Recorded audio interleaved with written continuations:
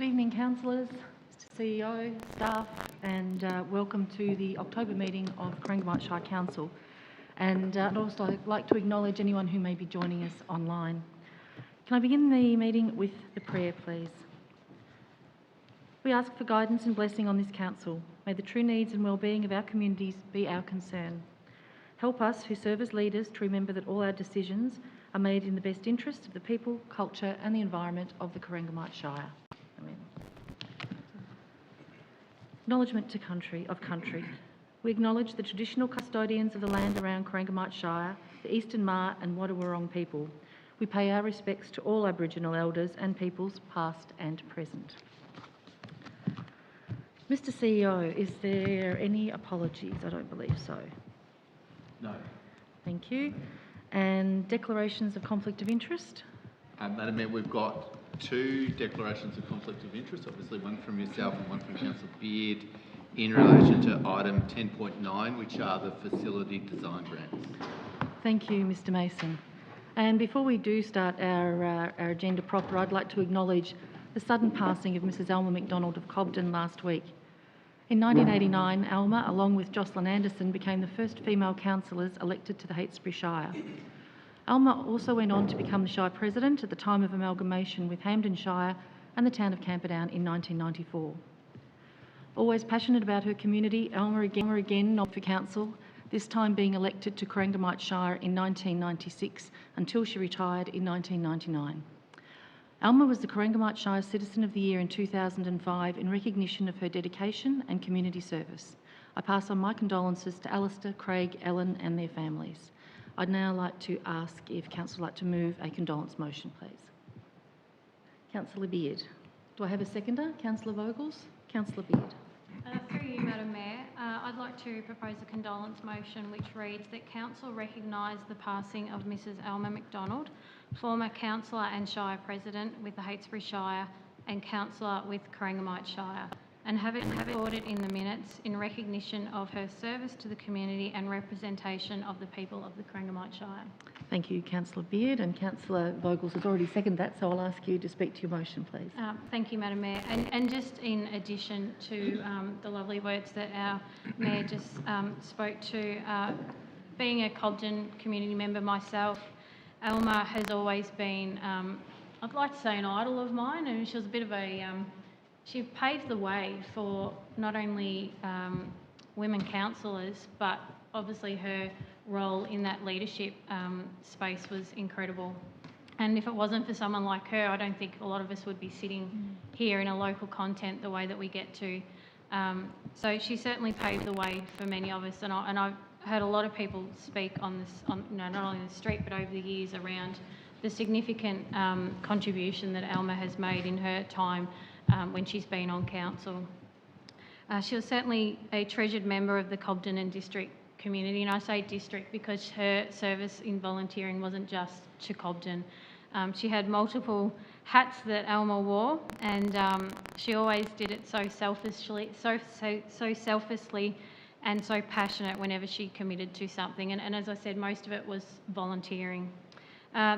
A couple of things I'd like to point out was her role with Cobden Bush Nursing Hospital. She was a board member there for many years, and then that in turn turned to Cobden Health, which while she was on there, she was the committee representative on the racecourse, the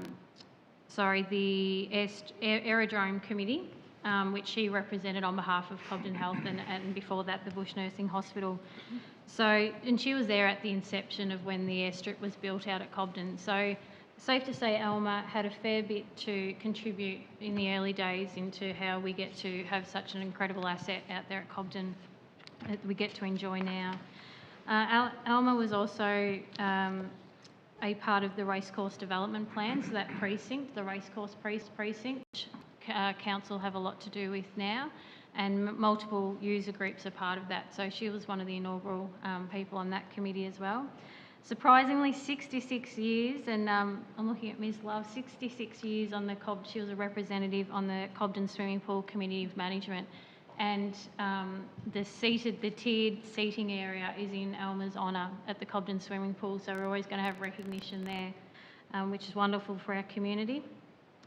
It's interesting in my time from when I've become on council, often things that would prop up through, different discussions or different decisions I'd have to make, I'd often think, I wonder what Elma would think or what would Elma do, because her wits, she was sharp as a tack right till the day of her passing, and at the age of 91, she always knew exactly what needed to be done and how it should have been done. So I had a lot of respect and admiration for Elma, and I know that she's going to be sorely missed in our community. If we ever needed to know anything, history, and she was incredible how she could just recite even the people that would have been present probably at a meeting from 40 years ago. You can't replace people like that. And I know that our community as a whole is already thinking about how on earth will we get, how will we move forward not having her around to always enlighten us with the history of the township. So I also want to pass on my condolences to the family, but she was certainly a wonderful woman, and I just hope that we all get to remember the amazing feats that she was able to provide for our community in a cheerful way, just as she would have wanted. Thank you, Councillor Beard. Is there any further comments, councillors? If not, I'll put that motion to a vote. All in favour? That's carried. Thank you, Councillor Beard. Councillors, the minutes of the meeting held on Tuesday the 28th of September have been circulated. Would someone like to move those minutes, please? Thank you, Councillor Macon. Do I have a seconder? Councillor Hickey. No comments, questions on the minutes, councillors. Put it to a vote. All in favour? That's carried. Mr Mason, deputations and presentations. I believe we have one this evening. Yes, Madam Mayor, that's right. We've got one, and sorry, you're throwing me here. You've got my piece of paper. Oh, we're sharing pieces of paper. I think it's in relation to item 7.8.1, 8.1, and it's Dr. Anna Caracan from memory. Thank you, that's right. Anna, would you like to come up to the lectern, please? Good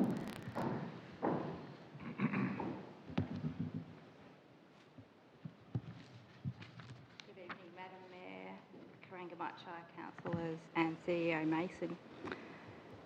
My name is Dr. Anna Caracan, and my husband and I purchased our property at 171 Sadlers Road, Narrogid in 2003.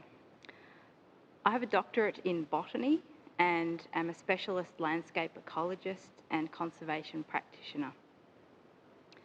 One of the reasons that we bought this property was with the long-term vision to manage the land for productive agriculture and with a strong emphasis on conservation and improvement of the environment. We saw a lot of potential to enhance the property from its previous condition. Over the past 15 years, I've carefully and scientifically established thousands of native trees and understory plantings, protected lake and wetland environments from damage, and monitored soil health improvements and increases in wildlife property. In March 2018, on St Patrick's Day, our entire farm was burnt or fire affected, which prompted prioritisation for fire protection of the dwelling and the immediate surrounds in the event of future catastrophic fires. The contained works associated with the dwelling for the purposes of this planning application were undertaken for two main reasons. Firstly, for fire protection, the area to the north of the dwelling was established to provide protection from the prevailing direction of fire fronts and to allow access for emergency services vehicles in the event of a fire. The frontage provides a terrace area that is defined and separate from the paddock surrounds. Secondly, drainage was required to the area to the south of the dwelling, which is precisely defined also. Remediation was necessary to solve drainage issues from upslope, which were having a negative impact on the dwelling surrounds. The rear terrace was created with a conventional batter treatment to the slope and a spoon drain to the upper edge. Water is now slowly dispersed to either side of the dwelling instead of running down to the house. Water slowly percolates into the soil with no runoff or sedimentation to water bodies. Stone and gravel used for the surfaces are local basalt bluestone, in keeping with materials used immediately adjacent to the dwelling and reflective of the local area. The overall appearance of the terraces will be softened, as described in the planning application, by extensive plantings in the vicinity of the terraces to screen visibility from outside the property and enhance the amenity of the property. The terraces are to be landscaped in climate resilient and low maintenance fire safe species that are adapted to a Mediterranean climate and resilient for a warming future. These plantings will integrate well with the crater environs and landforms. We believe these works are a significant improvement to the local environment and provide for the best management of fire risk and drainage issues. We believe that the works are more than generally acceptable in their planning context, and should we be granted permission, the landscape planting to be undertaken will provide for appropriate screening and the establishment of an aesthetic, low-impact, water-wise garden.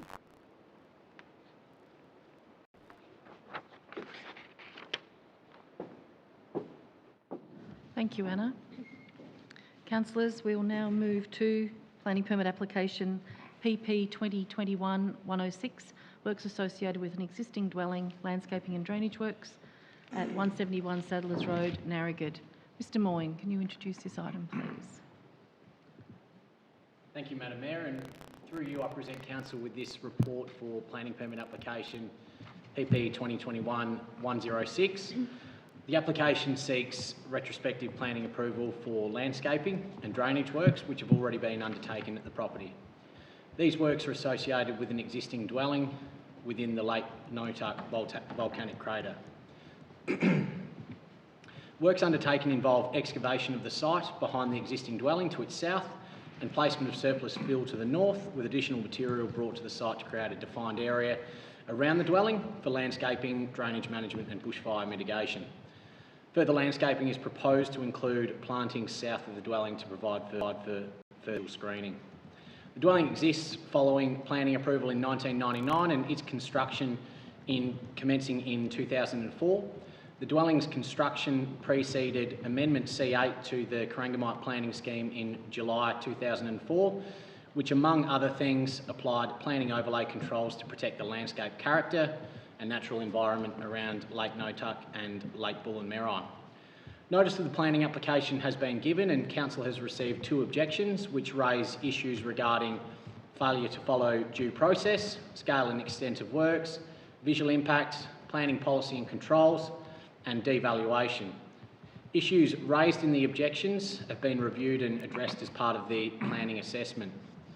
Planning assessment of the application has been undertaken and finds that the works associated with the dwelling cannot be supported.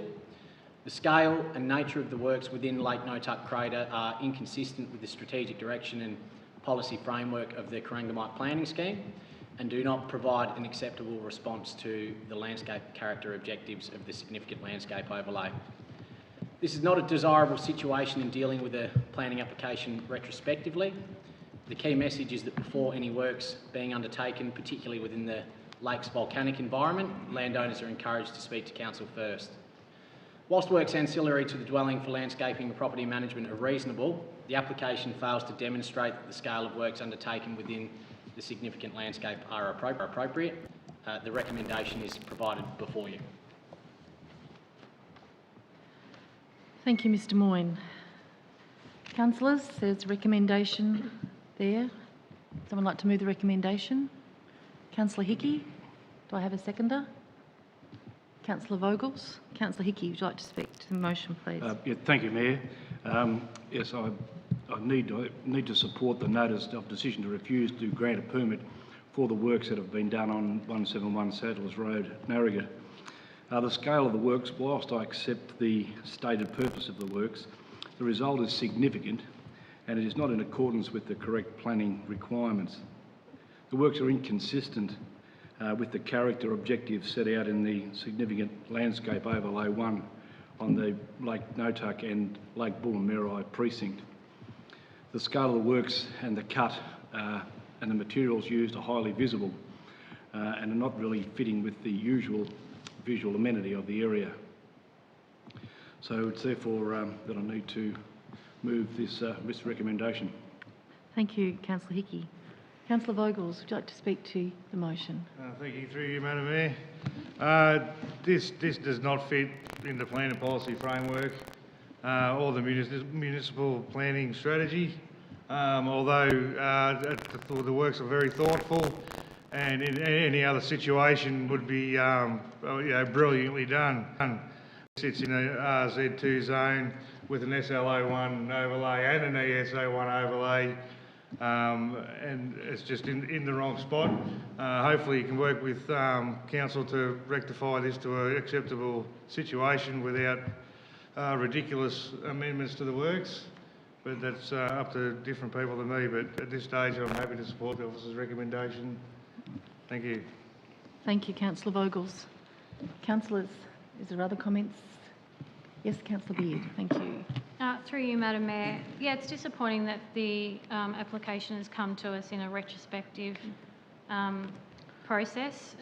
I would have, after many years of the work that's been put into protecting this significant international landscape, I mean, it's internationally recognised, and to find that we're still here having to, work through a process of protecting that site. I mean, this council, not just this council, but previous councils have always done their best and due diligence to protect the crater rim with Lake Notuck and Lake Bullameri, and it disappoints me that we've had to come to this point and here tonight. And I completely agree with Councillor Vogels. I'm not against the work itself. It's just the fact that it's been done without regard to the planning scheme, and so I too will be supporting the officer's recommendation, and hope that going forward, something can be a way forward can be achieved. But it's certainly, I think, worth acknowledging that the significant landscape overlay is there because it's a significant piece of land, and we need to protect it. We're caretakers, and that's our role. And I think the planning department are always there whenever prepared to work with people prior to particularly significant excavating and earth moving work such as this, and it's just a pity that it hadn't have been done prior. But I will also be supporting the officer's recommendation. Thank you, Councillor Beard. Councillors, is there any further comments? Councillor Kennedy. Thank you, Madam Mayor, and through you. I completely endorse the comments of Councillor Joe Beard and Councillors Hickey and Vogels. I have to admit I was really quite shocked that the applicants failed to consult with council and apply for a permit before they undertook the works. I can see that they actually did put a great deal of thought into it, but they purchased the house back in 2003. It is well known that there is a significant landscape overlay there. I mean, we've had another planning decision in relation to that area in recent months, so I think it's well known that we have a planning framework that seeks to protect the lakes zone, and it needs to be upheld, and it's there for very good reason.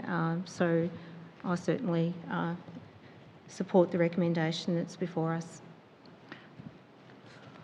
Thank you, Councillor Kennedy. Anything further, councillors? I'll put the motion to a vote. All in favour? It's carried.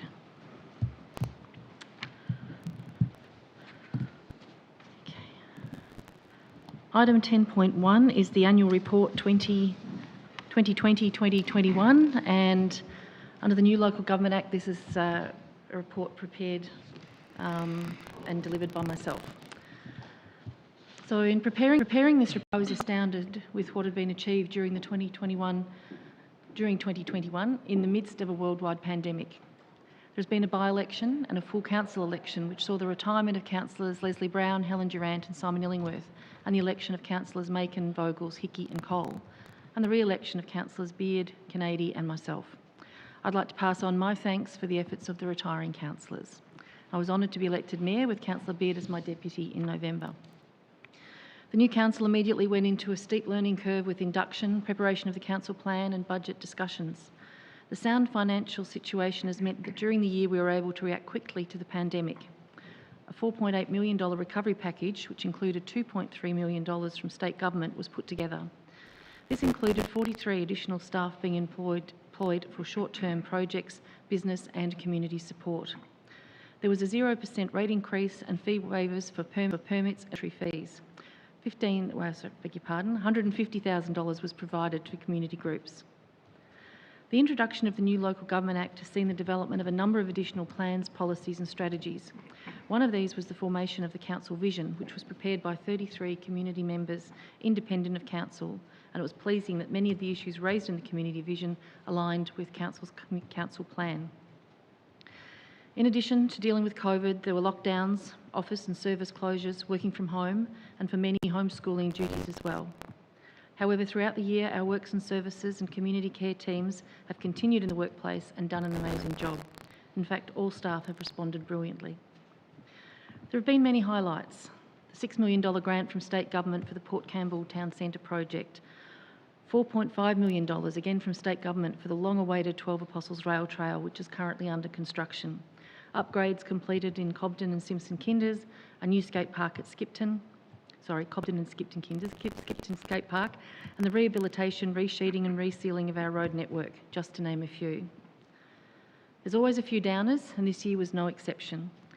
While some work has been done on the arterial road network, this will continue to be a bugbear for our residents. Council will continue to advocate strongly to state government for improvements.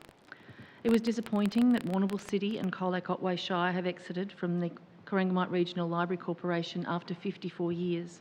But on a positive note, Corangamite and Moyne Shire are working collaboratively to form a new shared library service commencing in July 2022. Not wanting to dwell on COVID, but we are seeing a housing shortage as a barrier to increasing the population of our shire. Strategic planning work has been underway around unlocking land in Timboon and Simpson, as well as rezoning residential land in Camperdown, Terang and Cobden. It goes without saying that COVID has had a major impact on everyone, whether it be negatively on our business sector, hospitality or accommodation businesses, our mental well-being, our inability to meet with friends or family, or on a positive note, how we've adapted to Zoom meetings and those most often said words, "You're on mute." Overall, I think Corangamite has fared well, and that is down to the resilience of its people. I'd like to take this opportunity to thank the councillors and staff that have contributed to the achievements over 2020 to 2021. Thank you, councillors. So we have a recommendation that council considers the annual report. Would someone like to move that motion? Thank you, Councillor Hickey. Do I have a seconder? Councillor Cole. Thank you. Councillor Hickey. No, well prepared, Mayor. It was a very interesting read and a very good reflection and capture of what has transpired in the 2021 years. So I'm delighted to move that recommendation be adopted. Great, thank you. Councillor Cole, did you want to add something? Just, Madam Mayor, congratulations on the report. I will note there is one slight mistake in there. You've got Laurie Hickey being in the North Ward. I doubt whether they'd be able to handle the cocktail parties up there, so we're shifting back to the Central Ward. So congratulations anyway. Thank you. We'll make that amendment. Anything further, councillors? Councillor Beard. Through you, Madam Mayor, and I think that that comment there from Councillor Cole is a testament to how well this council has actually adapted, and we've been working really well together. And I'd just like to say it's nearly 12 months, and I really enjoyed this new council, and I think we've achieved a lot, and we are getting a lot of stuff done. I look at this report, and your reflection was amazing. So much work has been achieved in that time. but it's not our report, it's the organisation's report. And I know you alluded to the fact how much the staff have had to do with that. And yeah, it's been fair for everybody, but the I guess the expectation and the workload that they've also had to endure during not only business as usual, but then in a COVID space, has made it even tougher. So to some degree, this is, to me, a celebration report as well of the amazing work that continues to get done. And Mr Mason, I think if you can make sure the staff know how much we appreciate the fact that we can sit here and reflect on our report, and a lot of it is because of the work that they've done. So thank you. Thank you, Councillor Beard. Anything further, councillors? I'll put the motion to the vote. All in favour? Carried.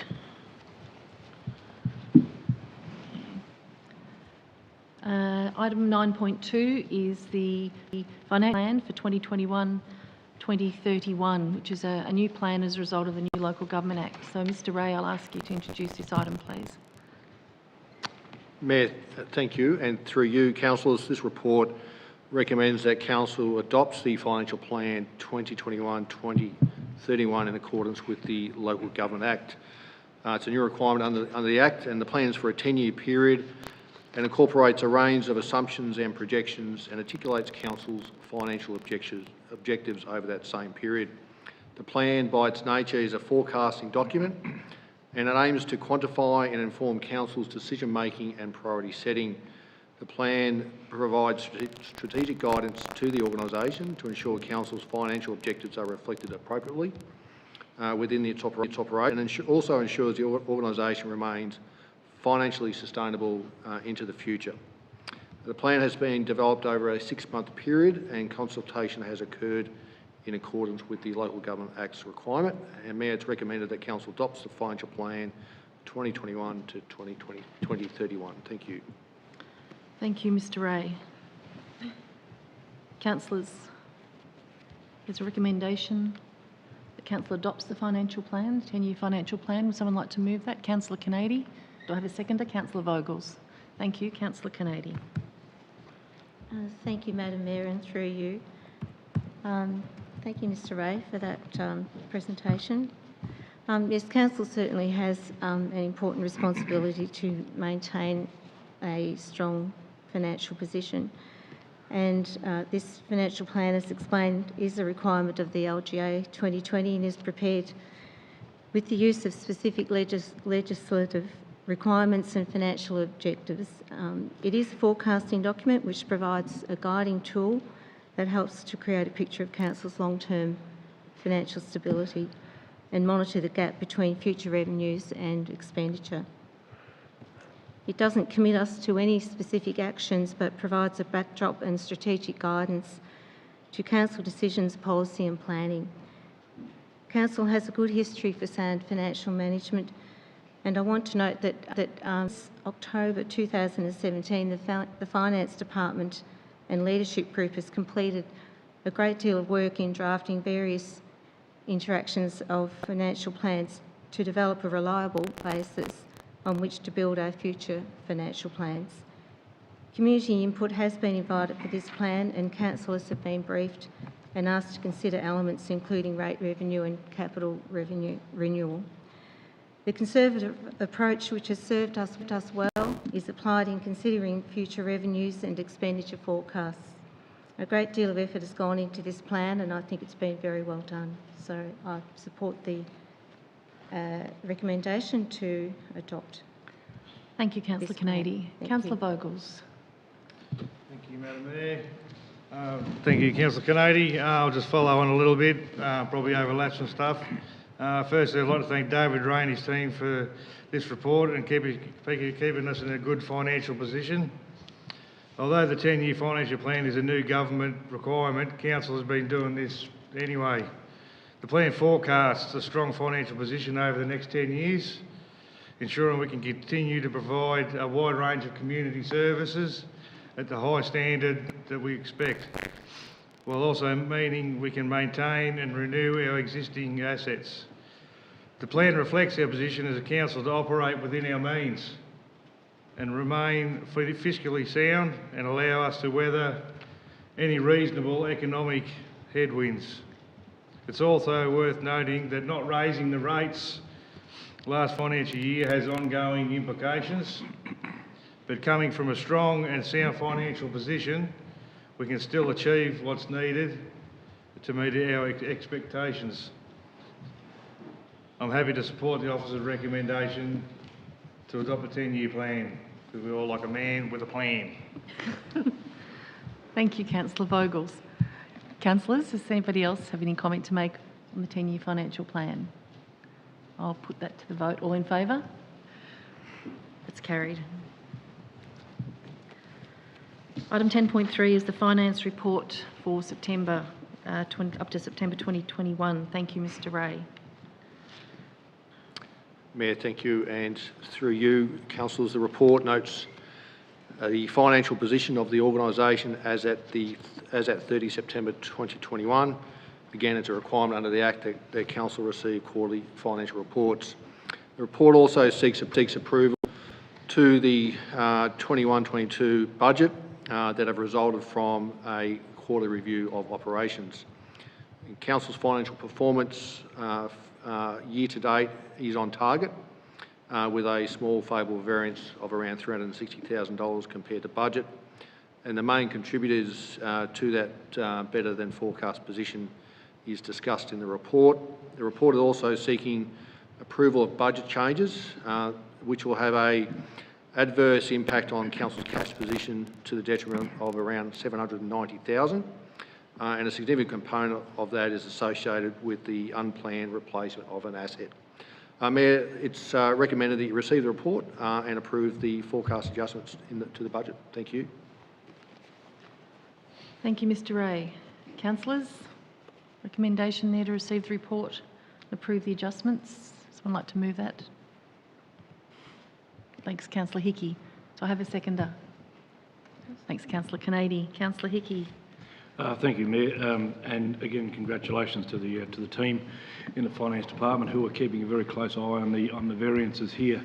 An unfortunate loss of one asset that has created a little bit of extra work for them, but yet delighted to receive this report. Thanks, Councillor Hickey. Councillor Kennedy. Thank you, Madam Mayor. I don't really have too much more to add, really. Variances to the budget are pretty normal.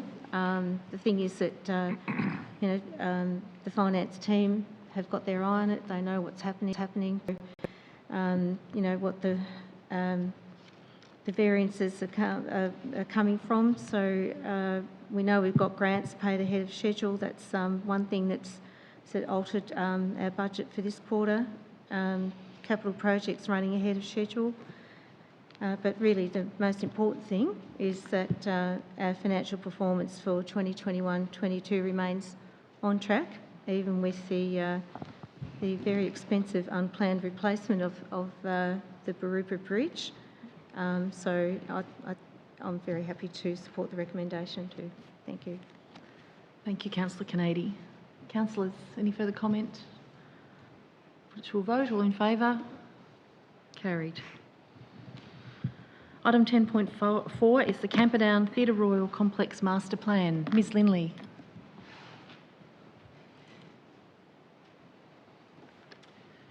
Thank you, Madam Mayor.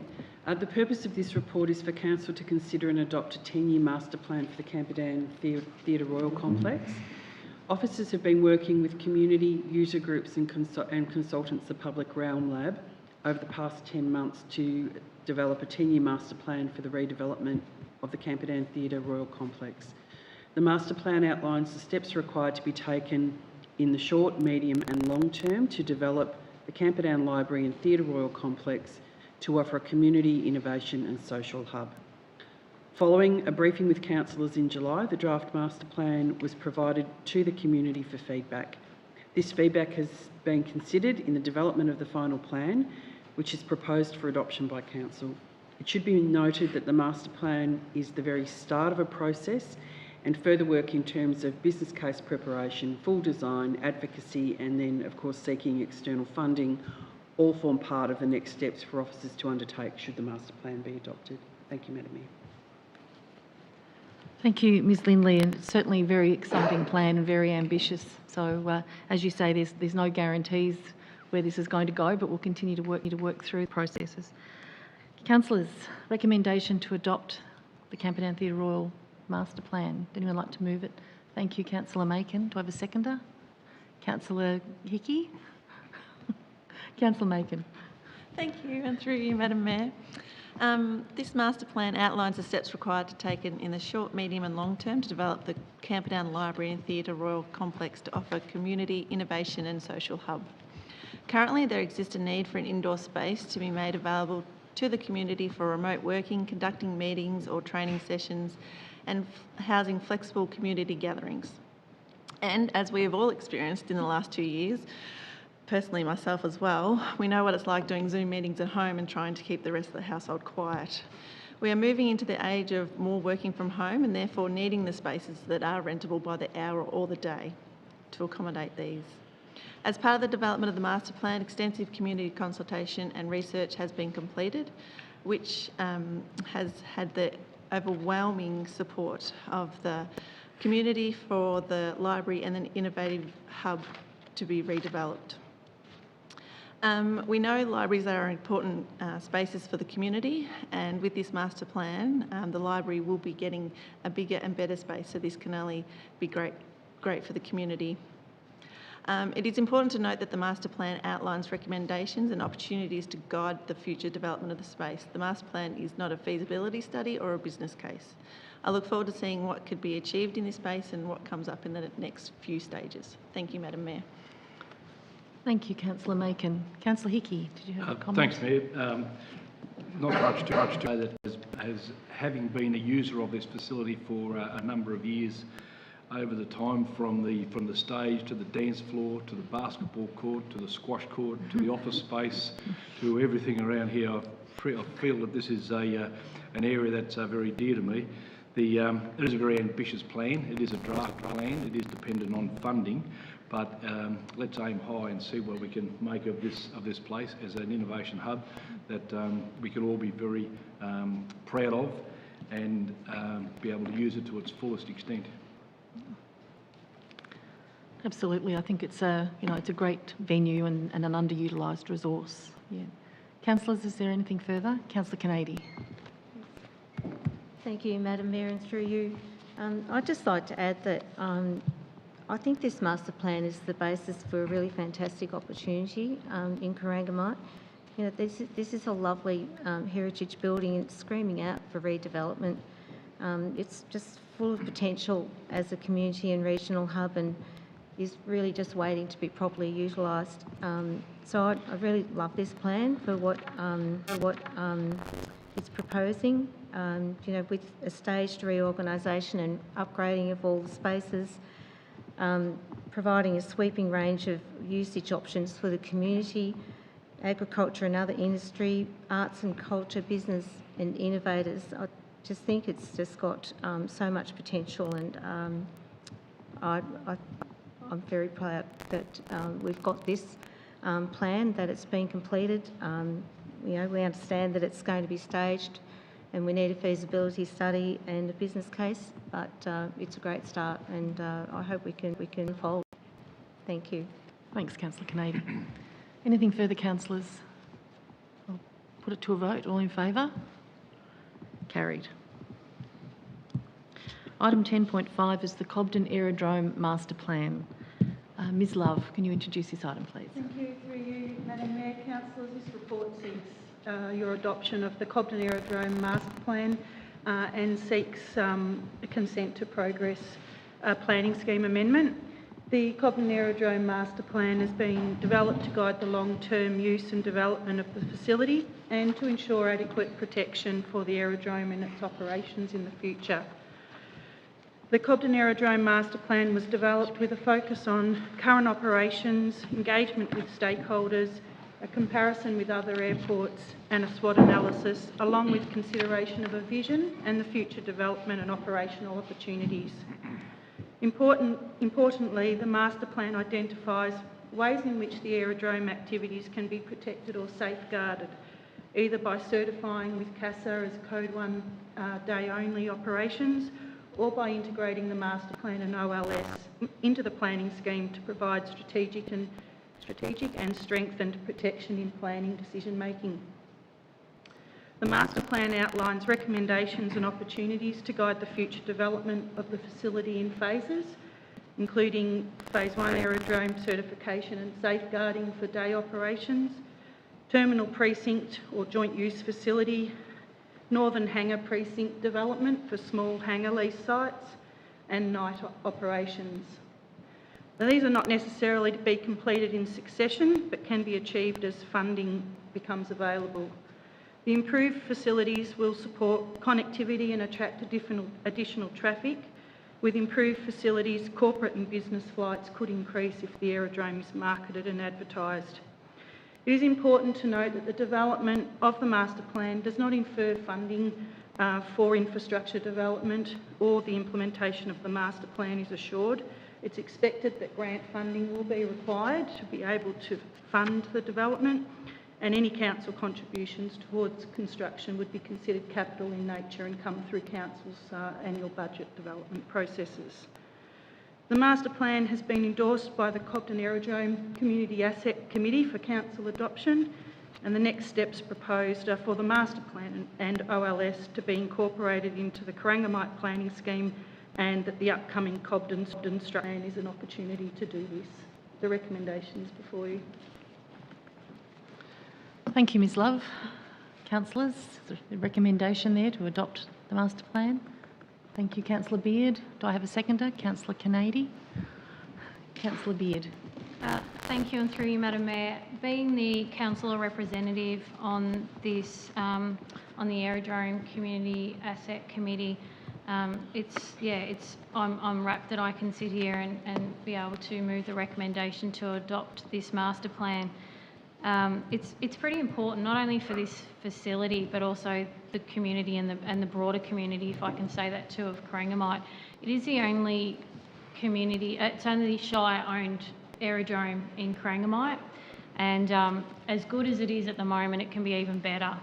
So when the airstrip, I actually made mention of it earlier when we passed on our condolences for Mrs Elma McDonald, and she was there at the inception of the airstrip in Cobden. Back in the 80s, it was actually designed at the time to be a designated landing area for also mainly for emergency aeroplanes and fixed wing aeroplanes, if I say that. And it has certainly grown from that. It is now actually a designated strategic location for DELP for firefighting purposes, which we all know how important that was during the response from the St Patrick's Day fires, but also the Hemsford helicopter are using it also now as a strategic landing location because of its capabilities with the transfer pad for patients. The growth that aerodrome has got into the future is pretty untapped at the moment, and having spoken to the agriculture, the commercial ag aerial sprayer, he hasn't ever been as busy as what he has been this year, and once again it's strategic setup amongst our farming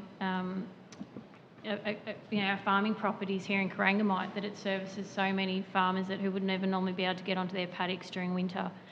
So it has got the opportunity to offer so much more, but the vision was that we have to protect it. Only a couple of years ago we had the issue with potential Narrogud wind farm, which probably heightened the urgency to get the obstacle land of the OOS done on that, to secure the and future-proof it for years to come, and not to have to go through that whole saga again. And it really, as I said, heightened the urgency to get that protection put over that site. So it's great to know that we've come to this stage of the process of now bringing the master plan to the table. There's been lots of input, not only from the Community Asset Committee, but from various departments within Shire, lots of stakeholders, user groups, and we've really valued that feedback and that input into the master plan. As Ms Love said, it's not something that we're going to have to commit ourselves to right now, but if we have opportunities to gain funding when those opportunities arise, well, at least now we've got the master plan and basically our business case to go for it, whereas we haven't had that in the past.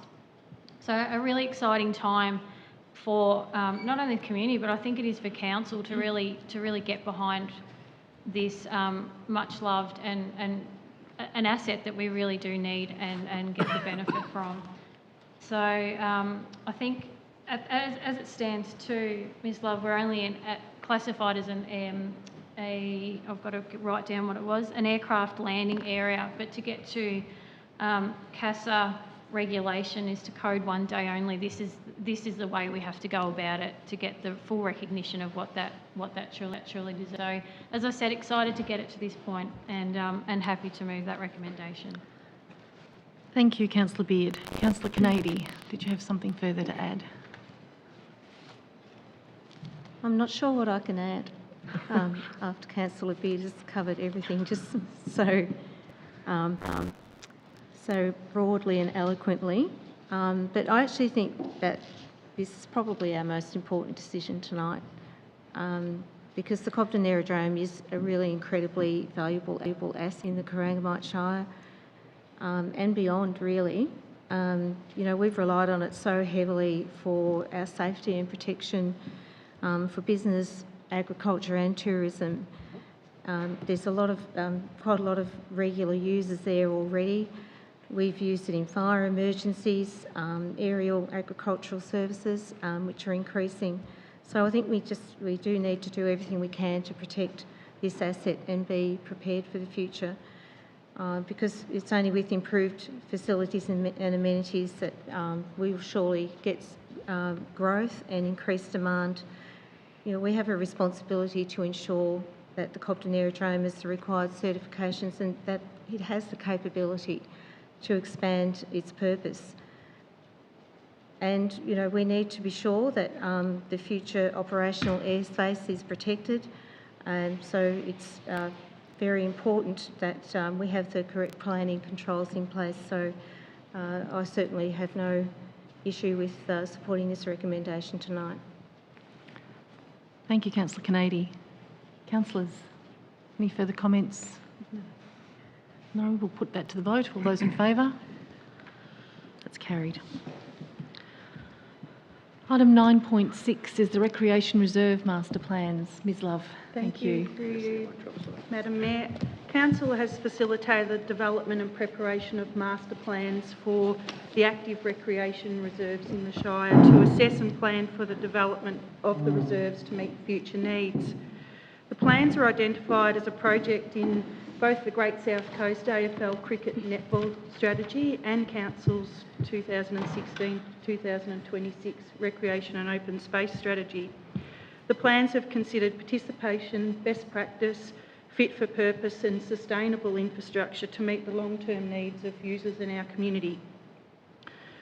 Corangamite Shire's recreation reserves provide important sporting, passive recreation and spaces for the residents of our Shire. All reserves are located on Crown land and managed by a local community committee of management, apart from one which Council manages on behalf of DELP, and some that are located on land managed by trustees, thus ensuring strategic planning based on key priorities for the development of each of the reserves is imperative for Council to guide not only requests for funding but also officers' resources in supporting those developments. The development of the reserve master plans does not infer that funding for infrastructure development is assured. Council's recreation facility development policy provides guidance as to Council's involvement in development of sport and recreation facility capital projects across the Shire, and in particular provides decision guidelines to support consideration of funding as a part of budget discussions.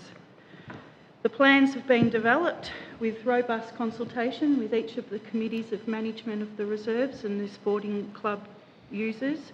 What did emerge during the consultation and which has been addressed in the recommendations of each of the master plan are a number of common operational issues that committees are facing and it is recommended that Council convey these challenges back to the State Government. The recommendations are before you. Thank you, Ms Love. Councillors, recommendation to receive the plan, right to the number of ministers, highlighting the challenges that these DWOP-based committees are facing. Would like to move that recommendation? Thank you, Councillor Makin. Councillor Hickey, second. Councillor Makin. Thank you, and through you, Madam Mayor. Sport, recreation and the natural environment form an integral part of the Corangamite Shire culture and are recognised an important part of a well-being, balanced lifestyle. The master plan outlines future works for consideration at an active recreation reserves, indicates the priorities, outline of the costs and potential funding sources. Community sports infrastructure is a key enabling factor to increase participation in sport and recreation. It also allows for meaningful connections through various social interactions at these facilities, both on and off the field, which drives benefits that range from skill building for individuals and more inclusive communities. I think it's really important that all these recreations have a master plan, so when funding does become available or they need a direction of where they're going in the next so many years, it's great that they've thought about it and they've got a plan and a process of a way of getting there. Because often these grants and funding come available and most of the rec reserves are quite unsure of what they're wanting, but when they've got a master plan all done and ready to go, they know they're there, they're ready to go, and they can apply for the funding that's able and applicable to them. So I'm more than happy to pass all these the rec reserves master plans, but I will say that just because you've done the master plan and everything else doesn't mean everything that is on that master plan, because it is a wish list, will be funded. There will be extra funding that will be needed from other avenues, not through council. So more than happy to pass his recommendation. So thank you. Thank you, Councillor Makin. Councillor Hickey. Thank you, Mayor. And as Councillor Makin has said, the Recreation Master Plan does align very well with the Shire's Recreation and Open Space Strategy of 2016-2026, and also with the Municipal Public Health and Wellbeing Plan. It is very, very important to have a plan when we, no matter how ambitious it is. It's certainly reliant on funding, and it's also reliant very much on that group of admirable volunteers that take upon themselves to conduct that committee of management facilities. But it certainly does align very well with the aims of improving health and wellbeing of our residents and providing a wide range of access to sporting opportunities that are fit for purpose for the Corangamite Shire. So I have great pleasure in recommending that this be adopted. Thank you, Councillor Hickey. Is there anything further, councillors? Councillor Cole. Madam Mayor, I'd just like to make mention of one committee, Hall Rec Committee at Darlington, one which is not in the Corangamite Shire, yet the township or the village of Darlington is in the Corangamite Shire, and the rec is on the other side of the creek in another shire, and they're not too sure that they know where it is, I don't think, in the shire. So they miss out. But all recs need, I think, supporting, because they're a hub for the community and exercise and well-being for locals in those areas. So that's well worth supporting all recreation committees. Thank you, Councillor Cole. Councillor Beard. Yeah, through you, Madam Mayor. I think it's really important to highlight the second part of the recommendation too, which is writing to having our CEO write to the relevant ministers and basically presenting them with a copy of the master plans, because it's pretty evident there's a real consistency around when the audit was taken at these rec reserves around where the issues were, and it was a consistent across a lot of the board. And it's okay to say that we're going to have female-friendly infrastructure and that, but then we can't get the funding to be able to help these community groups to be able to implement that. So it's really important that the relevant ministers, state and federally, are aware of what's going on, and particularly at state, it's their responsibility, it's Crown land. So we're pretty tight when it comes to providing funding for our, wish we could fund all our community groups, volunteer groups, but clearly that's not possible. But we really need them to have more skin in the game, so when they do go for applications, they can actually feel like they're going to get something in return and make some of these improvements to infrastructure really worthwhile. But it's interesting just to see where the consistencies are and to know that it's not just happening at one rep reserve, it's at all of them. And yeah, I just think something really needs to be highlighted there to the ministers and to see that what they can do about that. Thank you, Councillor Beard. Do we have anything further, councillors? All in favour? Carried. Item 9.7 is the CEO performance and remuneration policy, another policy that's come under the new Local Government Act. Mr Mason. Yeah, and thank you through you, Madam Mayor. That's exactly right. It's a requirement of the new Local Government Act. The council has a CEO performance and remuneration policy. The policy before council tonight seeks to codify existing practice at Corangamite Shire, which has served us well over quite a number of years. And so that's what is presented for council's adoption tonight. Pretty much existing business as usual. Thank you. Thank you, Mr Mason. Councillors, someone like to move the recommendation? Councillor Canady. Do I have a seconder? Councillor Beard. Councillor Canady. Thank you, Madam Mayor.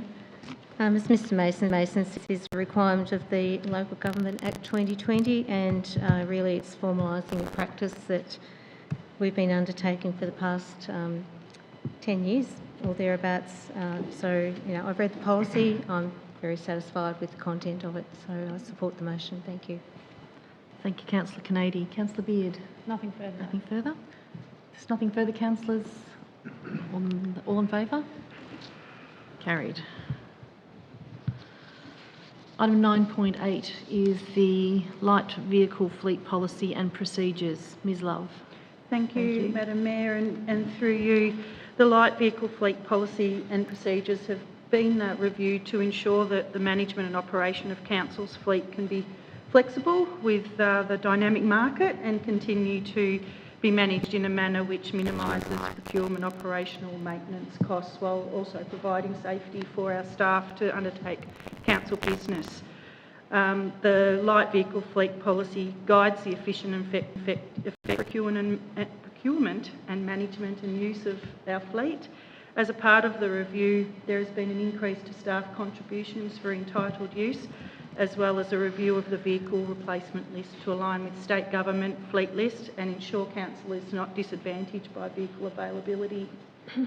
Councillors, the recommendation is before you. Thank you, Ms Love. Councillors, someone like to move the recommendation? Councillor Vogels. And a seconder? Councillor Hickey. Thank you. Councillor Vogels. Thank you through you, Madam Mayor, and thank you, Ms Love. I'd like to move that we accept the officer's recommendation in full. The primary purpose of the council's light vehicle is to supply vehicles for day-to-day council transportation requirements in a safe, efficient and cost-effective way. It also must be limited to allow cost-effective maintenance while providing a safe work environment for all staff using the fleet. The policy has had only minor changes, and I'm pleased to see the inclusion of some hybrid models in the replacement list. In the near future, I'd like us to investigate the inclusion of plug-in hybrids and electric vehicles, and maybe in the future hydrogen vehicles. Thank you. Thank you, Councillor Vogels. Councillor Hickey. Thank you, Mayor. Not much further to say other than this is a very important part of the management of our Shire to enable officers and staff to complete their duties as required in an efficient manner. And as we move towards more fuel-efficient vehicles, I think it's important that we make sure we keep a line of sight on those that are available. So I do support Councillor Vogels in his recommendations too. Thank you. Is there anything further, councillors? I'll put it to a vote. All in favour? It's carried. Item 9.9 is the facility design grants, and as Mr Mason mentioned at the beginning of the meeting, both myself and Councillor Beard have conflict of interest with this item, so we'll leave the meeting. But before we go, I need to appoint a temporary chair. Someone like to nominate an acting chair for this item, please. Councillor Vogels. I'd like to nominate Councillor Kennedy. Thank you. Seconder, Councillor Macon. Nothing further, councillors? All in favour? Carried. I'll ask Councillor Kennedy to take the chair.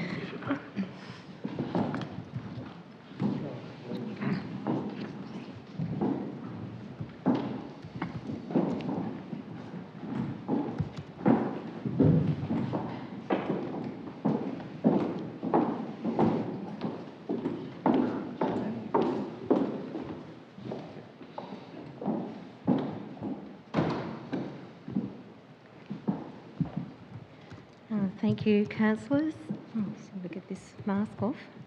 So it's with item 9.9 for the facility design grants. I believe Ms Love is presenting this item. Thank you, Chair. Through you. The purpose of this report is to approve allocation of funds for Council's facility design grants. Funding is allocated in Council's budget for the purpose of supporting schematic designs for sporting facilities. The program was developed with reference to council and state government existing funding programs and related guidelines. And this funding program enables sporting groups with financial capacity and relevant projects to be shovel ready for future use, for future applications to state government or federal government grant programs. It will also assist council officers in realising some efficient time and effort at the time of making those grant applications on behalf of the clubs. Funding of up to $5,000 is available for eligible applicants. 3 grant submissions were received, requesting a total of $15,000. Applications were evaluated independently by 3 council officers and all were deemed eligible and have been recommended for funding. Council has $30,000 for the facility design grant program in its 21-22 budget. Councillors, the total request of funding is for $15,000. As such, it's within the budget. It is recommended to approve this funding and facilitate a second round in 6 months' time of the grant program, which would provide clubs who are not in a position to apply to this round another opportunity. The recommendation is before you.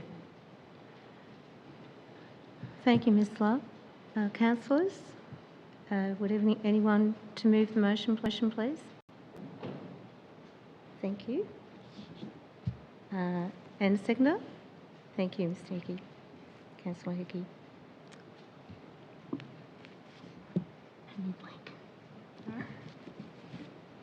Thank you. If you would, Through please. you, Chair.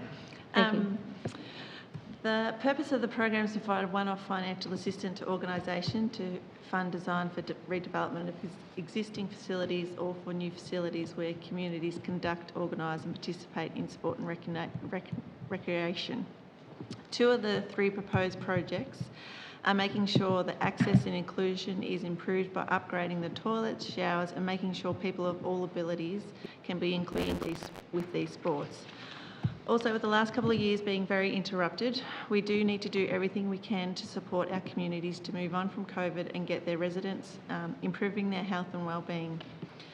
So I'm more than happy to move the recommendation that the 3 applicants get funded and that we move the remaining funds to a subsequent round in March 2022. Thank you, Chair. Thank you, Councillor Macon. Councillor Hickey. Thank you, Chair. The design grant applications are a very important part of the whole planning process as well, and the focus is on the amenities for people who are contributing to those clubs, so I welcome that. What this means is now that the clubs will be shovel ready, I think was the word we used. Should those fundings be available, they'll be in a position to be ready to go. So, yeah, congratulations to those people who have received or those clubs who have received it, and very happy to second this motion. Thank you, Councillor Hickey. Any other comments, councillors? We put it to the vote. All in favour? Carried. Thank you. I think we can call the Mayor and Councillor Beard back into the room.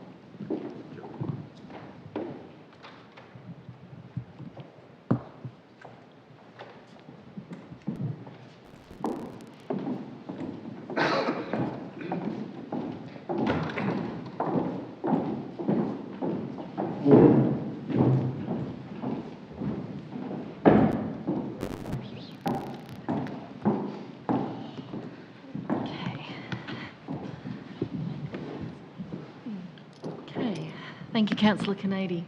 Item 9.10 is the Small Business Assistance Program 2021-2022 allocations, and I'll ask Ms Lindley to introduce this item, please. Thank you, Madam Mayor. The purpose of this report is for Council to approve the allocation of funds for the 2021-22 Small Business Assistance Program. The aim of the program is to encourage businesses located in the Corangamite Shire to innovate, adapt or diversify in order to encourage new projects and business ideas that will have a positive impact on both the business and more broadly the economic activity in the Shire. The program was open to all small businesses located in the Shire or planning to relocate to the Shire within 3 months of applying for the grant. They must have an ABN, have 20 or fewer full-time equivalent employees and no overdue debts with Council.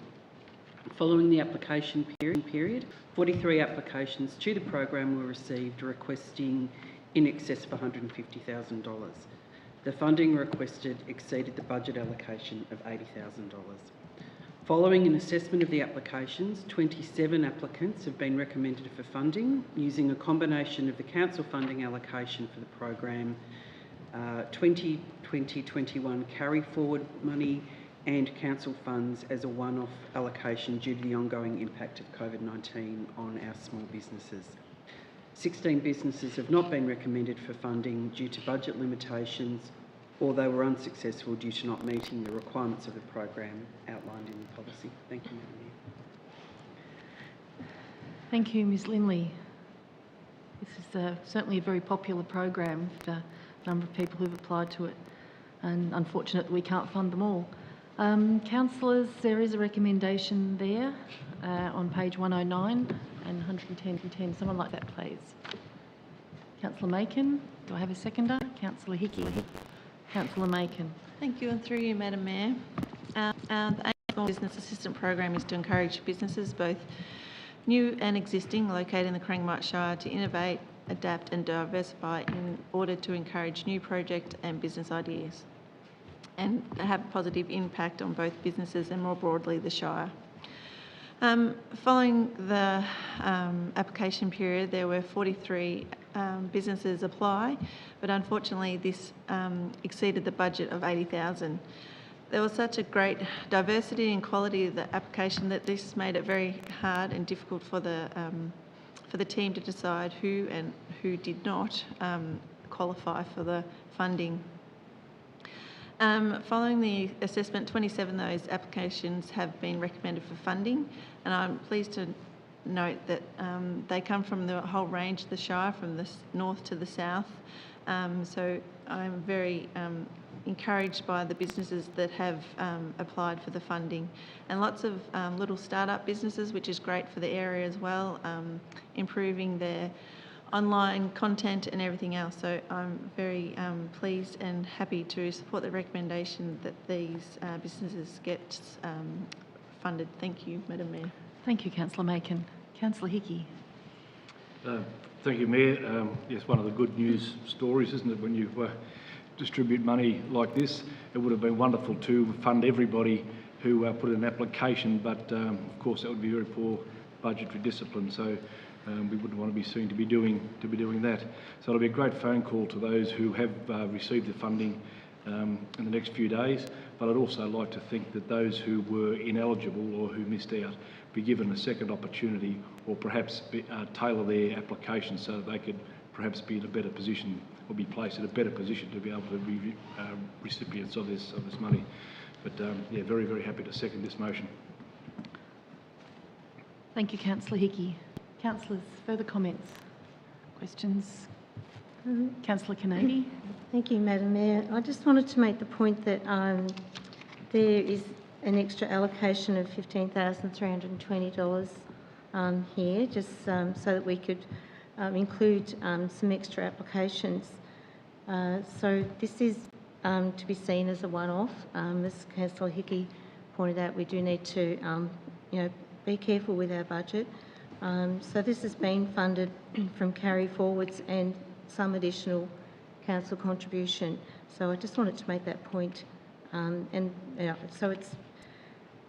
pleased to see that done because we do need the impetus at this point in time, and the benefit this funding reaches, far beyond just the applicants themselves. There's a lot of people get work, and there's a lot of opportunity created.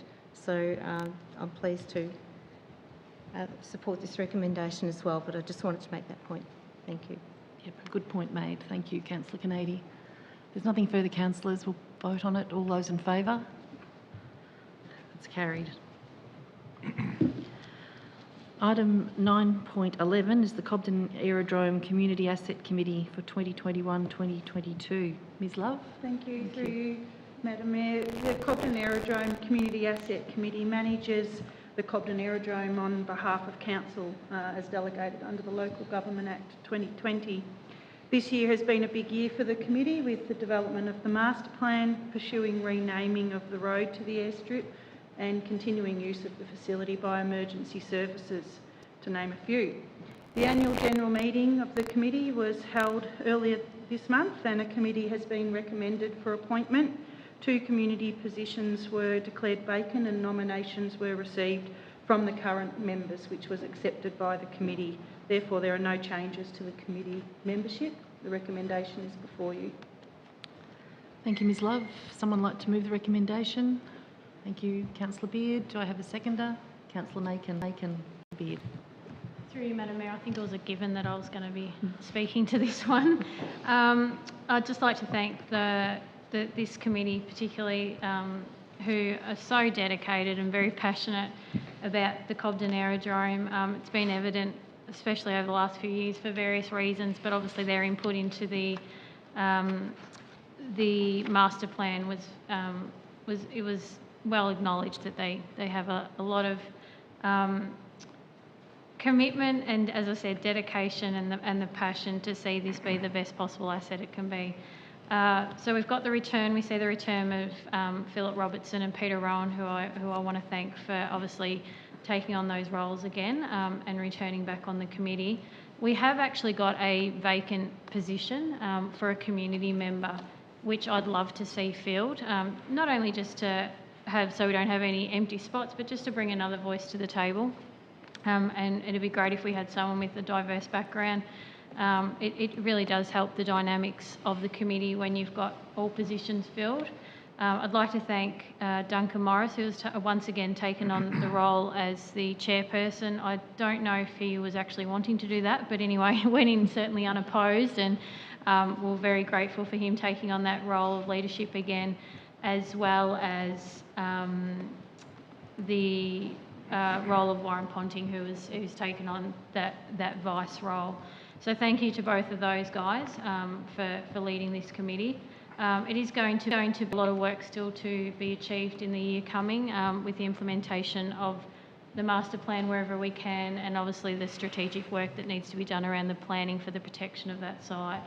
So as I said, I want to thank them again for their commitment to such a committee. It's a big task, and we've been very lucky to have them each representing there. So more than happy to move that recommendation. Thanks. Thanks, Councillor Beard. Councillor Macon. Thank you, and through you, Madam Mayor, I don't think Councillor Beard left me much more to say, other than to say I've only recently been attending these meetings in the last 12 months since I've joined council, and it's great how this group work together. They are all considerate and caring, and they all listen to one another, and they all contribute to each meeting, so it's great. I'd just like to thank everyone for being on the committee, for Duncan taking on the role as chairperson again.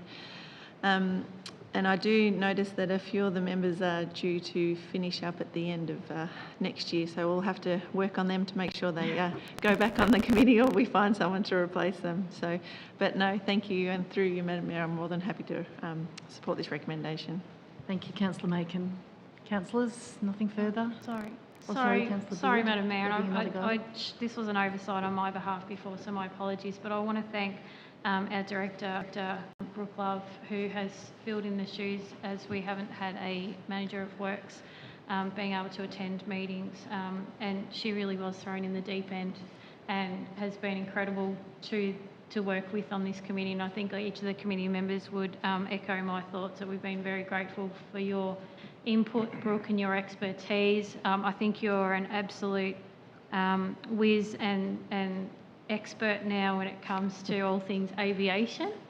And yeah, we've been very grateful for your input, and as I said, the fact that you keep things ticking along for us all, so thank you.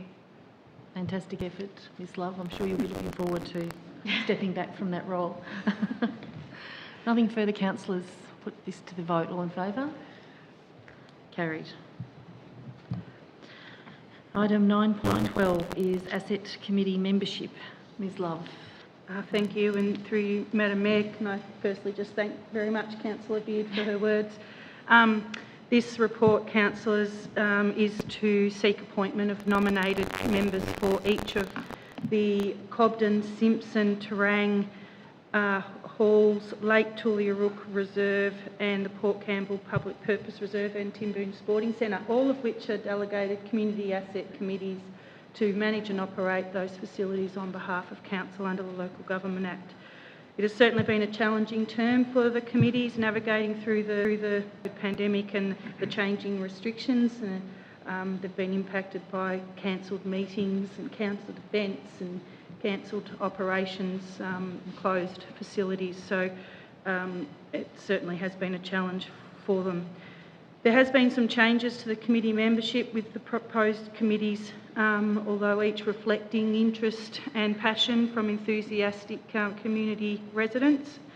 It's worth noting that the Hall Committees and Lake Tulliarook membership is for a two-year period.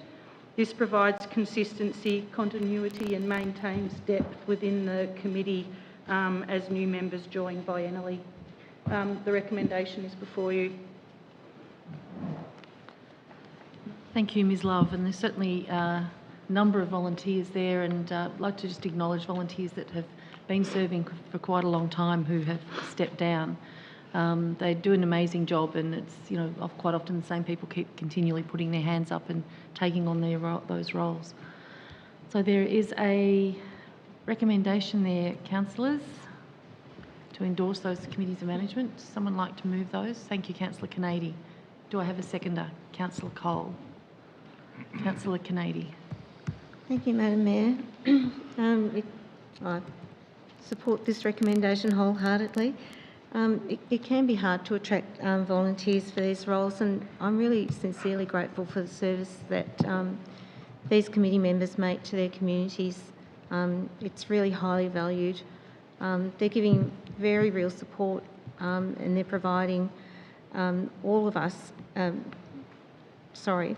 they are providing very real support to all of us in undertaking the management of these community facilities. So, you know, I value that greatly, and we all do. I must particularly mention, though, the proud 30 years of service given to the Terang Civic by Frank Reardon, and Ron McNeil also for 30 years on the Timboon Sporting Centre Committee. It's pretty amazing commitment from those two men, so much appreciated, and thank you. Councillor Canady. Councillor Cole. Thank you, Madam Mayor. I'd just like to endorse Councillor Canady's response, saying that the volunteers do a terrific job looking after these facilities. I went to the Lake Tulliarook Reserve meeting, and they love it. They really love it, and they love being there and looking after it. And it makes a massive difference to the lake. I remember being there as a kid catching a fish, and the lake has changed so much since then. Facilities there now are totally different, and there's a lot of people going and using that facility now, and it's all because they look after it and they love it. So congratulations to them, and long may they keep doing it. Thank you, Councillor Cole. Is there any further comments, councillors? I'll put that to a vote. All in favour? Carried. Item 9.13 is the 12 Apostle Trail Stage 1 Timboon to Port Campbell project update. Thanks, Ms Love.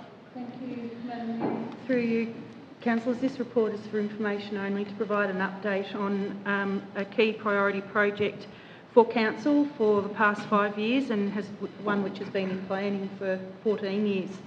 In July 2020, an announcement of $4.5 million of funding towards the trail was received from the Department of Jobs, Precincts and Regions Crisis Committee of Cabinet Infrastructure Stimulus Fund, an opportunity presented for the trail to assist with the stimulus of local economy following the onset of COVID-19.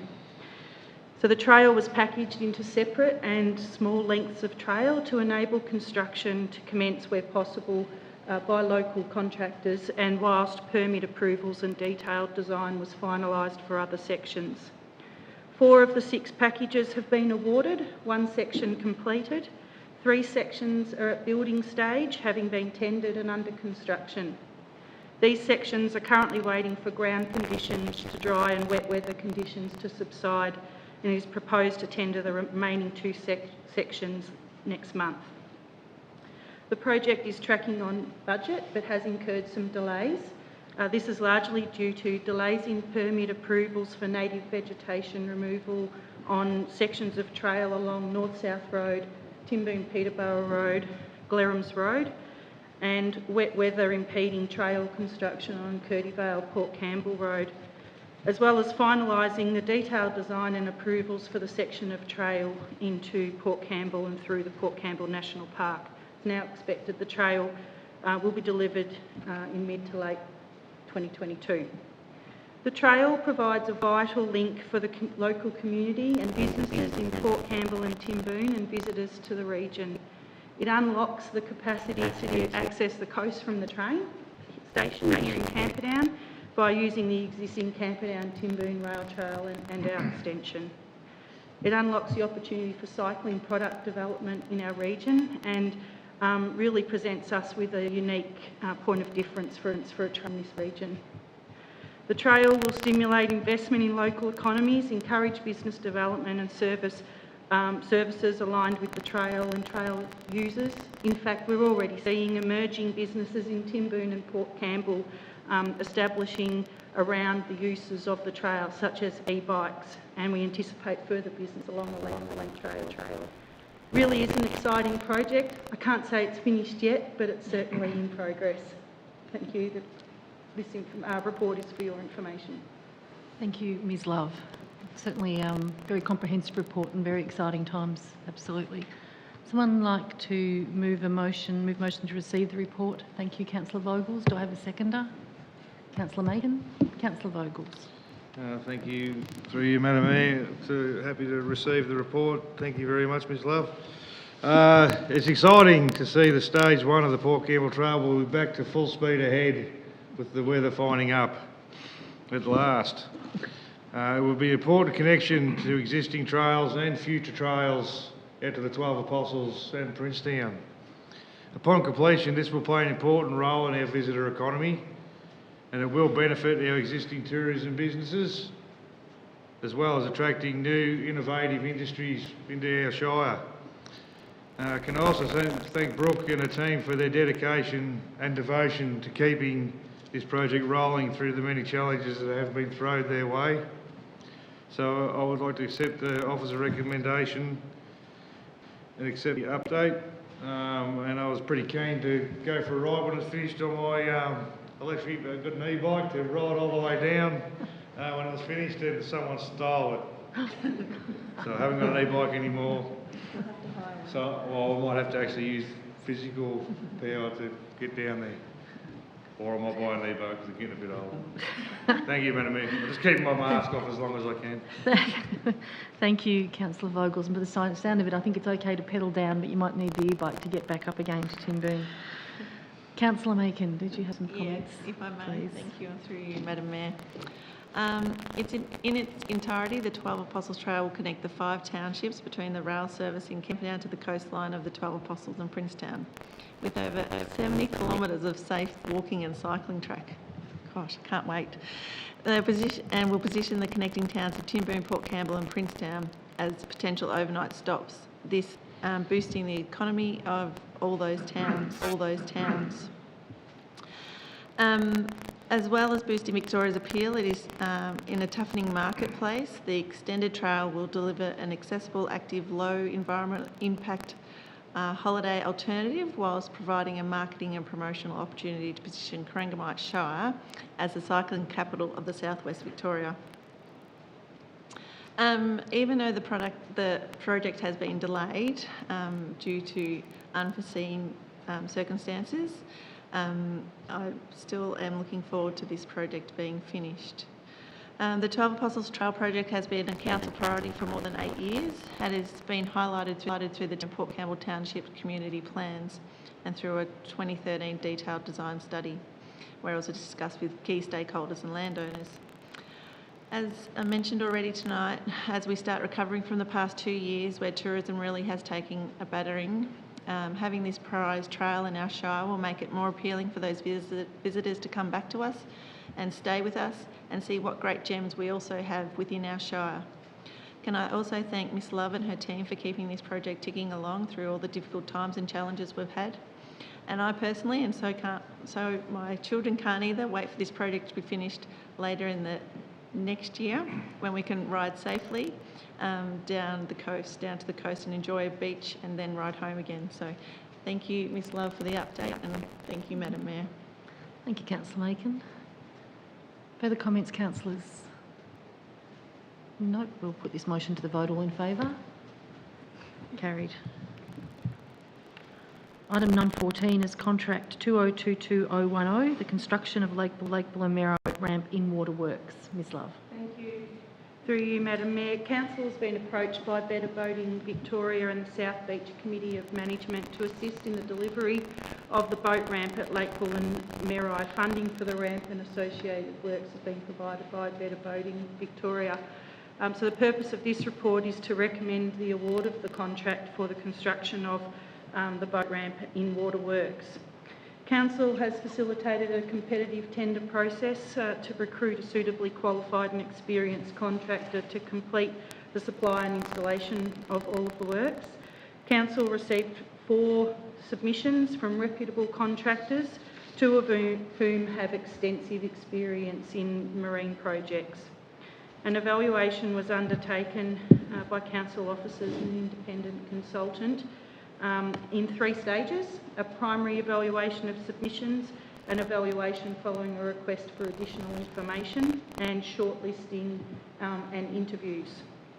Following this evaluation process, it's considered that the most satisfactory outcome will be achieved by awarding the contract to Bridgewater Marine. Councillors, the recommendation is before you. Thank you, Ms Love. Councillors, does someone like to move the motion? Thank you, Councillor Hickey. Do I have a seconder? Councillor Cole. Thank you. Councillor Hickey. Yeah, thank you, Mayor. This is a project that is long overdue, and thanks to Better Boating Victoria for funding the project. But it's just a couple of things I would say about the magnificent lake for water sports, for recreational fishing, and for any of those brave kayakers who go to the waters amongst all of those. The facilities up there are a credit to the South Beach Committee of Management, many of whom have been there for a long time, and without naming one, there was an old bloke up there whippersnipping the other day, and I went back 2 days later and he was up there spraying weeds, all of his own account, and contributing towards the community asset that is looks magnificent at the moment for anybody who hasn't been there for a small amount of time.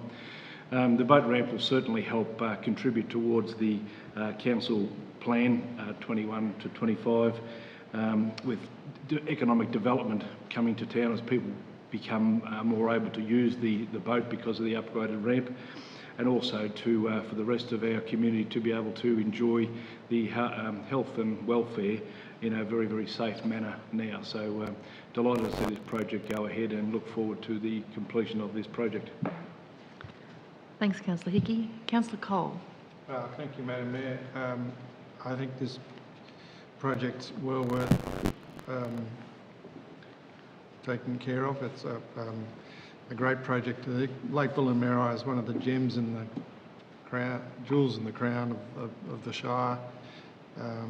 We're very, very lucky to have these lakes in the area, and Bullamerri, the way it is, we can use it for all sorts of water sports and things. So very pleased. I know the cows, the Camperdown Open Water Swimmers Club are keen to use these facilities to keep going, so that the new boat ramp won't be quite constructed ready for them event, but they're planning, thinking about doing. But there are many other things that we might be able to get with better facilities up there. So congratulations. Thanks, Councillor Cole, and I think it's even better the fact that Council isn't funding this work. It's coming through Better Boating Victoria, so that's a real bonus, and there's still additional works to come as part of this contract, and particularly in line with the tender that Council's currently got out, or expressions of interest around the treatment of the blue-green algae. Would certainly, we can get that going as well. As Councillor Hickey says, it's an amazing facility, really well cared for, and a jewel in the crown. Is there any further comments, councillors, on this tender? Put to vote. All in favour? Carried. Item 9.15 is the Quick Response Grants allocation for October 2021. Thanks, Ms Lindley. I think there's just one this evening. Is that right? Yes. Thank you, Madam Mayor. This report is to consider the October 2021 allocation of funds as part of the Quick Response Grants program. Applications for quick response grants are considered as they are received and are assessed against criteria including alignment with the council plan, benefit to the community and eligible expenditure. The annual budget allocation for the program is $17,500. Officers have received one application from the Coptin Cemetery Trust for the purchase and installation of additional security hardware on a storage shed roller door. Thank you, Madam Mayor. Thanks, Ms Lindley. Someone like to move this recommendation? Councillor Cole, have a seconder? Councillor Macon, thank you. Councillor Cole. Thank you, Madam Mayor. I've said it before, these quick response grants are very popular and great way of helping communities to just get over the line and doing a bit of maintenance or something. And I know Coptin have had a bit of trouble up there recently with people stealing things, and so this allocation of money to help them with a bit of surveillance, etc., will be greatly appreciated. So yeah, congratulations, and Shire is very lucky to have this ability to be able to access this money throughout the area. Thank you. Thanks, Councillor Cole. Councillor Macon. Thank you, and through you, Madam Mayor, I don't have much to add from Councillor Cole.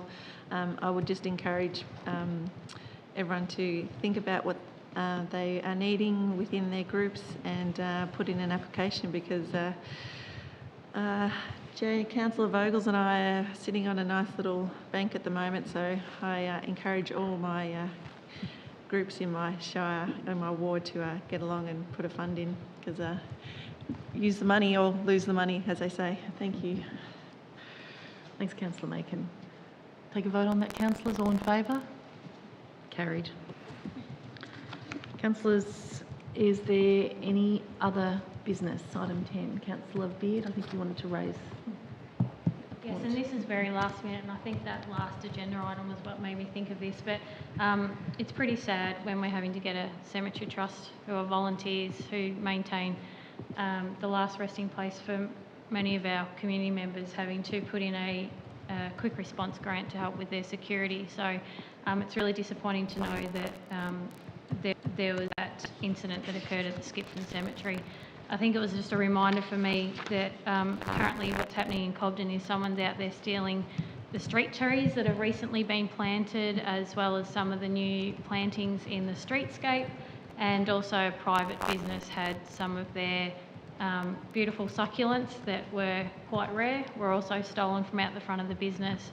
So I just wanted to put a bit of a shout out to all of our communities that if people just see anything suspicious or see something that's just not quite right, let's ring the police, because we shouldn't have to be worrying about this sort of thing in our small rural communities. I mean, people work hard enough as it is to get what they do, and it's really sad when people, through whatever reason, go and think that something they can just take willy-nilly and it's not theirs. We had some beautiful street trees through our block planting program through council that played out in Cobden, and someone thought it was okay to go and steal some of those trees. So it's really disappointing, but I just want to make people be aware that if they could keep an eye on things, and if they're concerned in any way, let's give 000 a call. That's what it's there for. Our local police want to know when things that are happening shouldn't be happening. So 000 isn't just for an emergency, it's also for when we say that things just aren't quite right. So thank you, Madam Mayor, for allowing me to raise that issue. That's a pleasure, Councillor Beard, and I think there might be somebody starting up a nursery, because I was reading on the Beacon website that Facebook that there is a number of plants have been stolen from Port Campbell as well, so it does seem a little bit strange. Nothing else, no other business. Councillor Hickey. Yes, and thank you, Mayor. I'd just like to just raise the issue of the Australia Day awards and nominations. Whilst we've got people who choose to damage property and steal flowers, there's a whole group of people within our shire who are just marvellous at contributing to the community to make it stronger and safer. And so I just urge anybody, if they are able to identify some people or to the community event or into the young person from the Shire, to please make sure you nominate, go to the trouble of getting a form and nominating those people, because we would love to hear from you, and being nominated is a marvellous accolade to have. So I just thought it'd be worth mentioning that, and I believe that the nominations are closing reasonably soon. So don't dilly-dally. I think it's the 8th of November. 8th of November. Councillor Hickey. Yeah. Okay, thank you. No further other business. Okay, we've got open forum, and we don't have anybody here with us in person, but I believe, I know that we've received a letter, Mr Mason, from Mr Alan Fleming from Camperdown RSL, and you've summarised the letter. Yeah, that's correct, and councillors have been provided a copy of the letter from Mr Fleming.